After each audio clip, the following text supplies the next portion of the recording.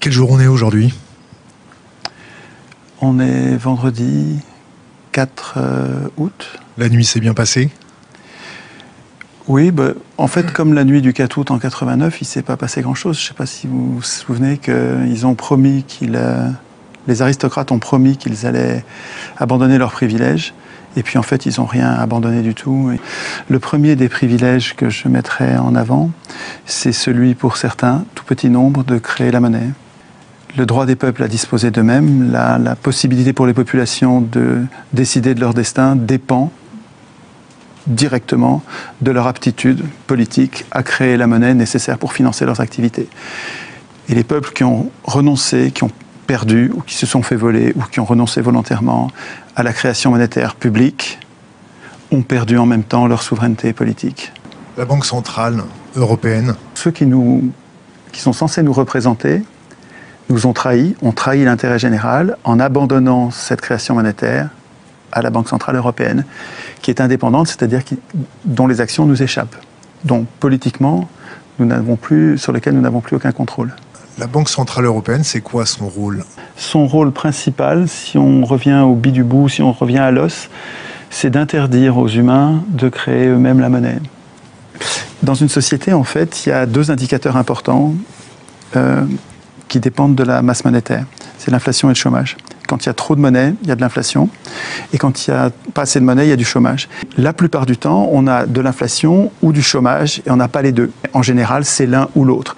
Et donc, quand on dit qu'on se bat contre l'inflation, ce qu'on ne dit pas, c'est on va le payer en chômage.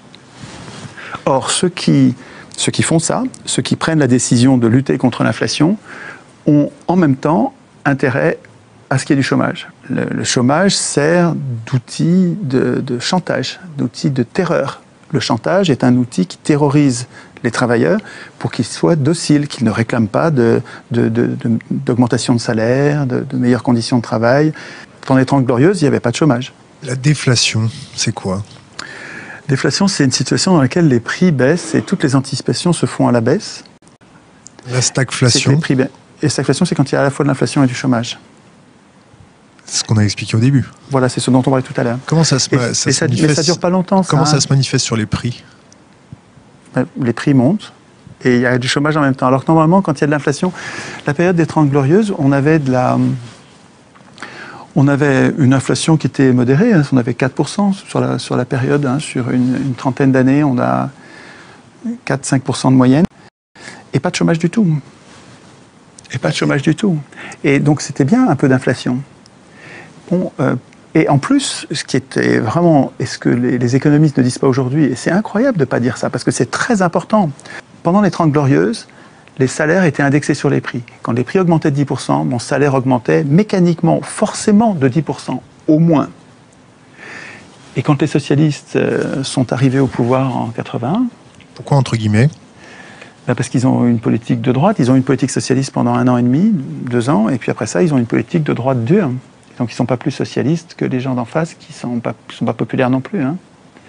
C'est des étiquettes fallacieuses qui nous font croire que dispute et qu'on va avoir un changement de politique en changeant de vote, mais non. Et donc ce sont les socialistes qui ont mené les politiques les plus dures contre la classe ouvrière.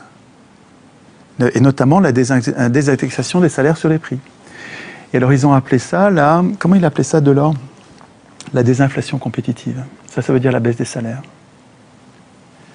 Mais c'est scandaleux, ça ne correspond pas à l'intérêt général. Depuis qu'on fait ça, le pays va de plus en plus mal.